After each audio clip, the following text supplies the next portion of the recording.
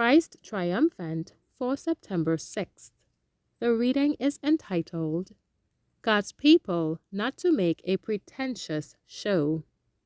Matthew 21:19. And when he saw a fig tree in the way, he came to it, and found nothing thereon, but leaves only, and said unto it, Let no fruit grow on thee henceforward forever. And presently the fig tree withered away. It is not a common thing for a fig tree to present only foliage at that early period of the season. The fruit of the fig tree makes its appearance before the leaves. Therefore, a fig tree in full leaf might be expected to have fruit upon it.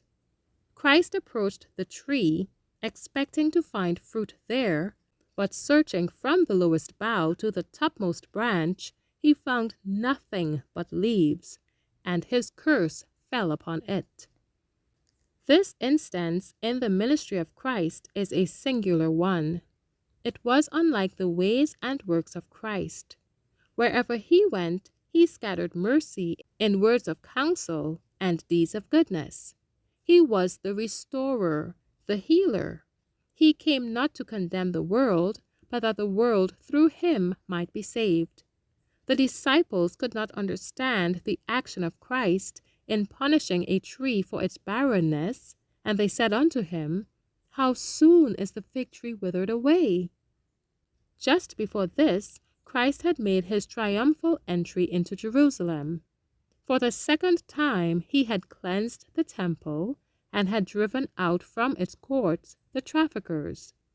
Dishonest dealing was practiced by the people who brought cattle to sell in the temple courts, but the word of command was given. Divinity flashed through humanity, and no priest in his gorgeous dress or trafficker looking on that countenance dared to remain. This was a parable of the dispersion of the Jews. Now Christ, under the symbol of the blighted tree, presents before his disciples the righteous anger of God as he sees the temple courts desecrated to obtain unlawful gain and the destruction of the Jewish nation. That tree, flaunting its pretentious foliage in the very face of Christ, was a symbol of the Jewish nation, which had been separating from God until, in their pride and apostasy, they had lost their power of discernment and knew not their Redeemer. That blighted fig tree with its pretentious branches is to repeat its lesson in every age to the close of this earth's history. If the spirit of Satan entered onto unsanctified hearts in the days of Christ to counterwork the requirements of God in that generation, it will surely enter into the professed Christian churches in our day. History will repeat itself, but the people who obey the commandments of God have no controversy. They take the word of God for their guide.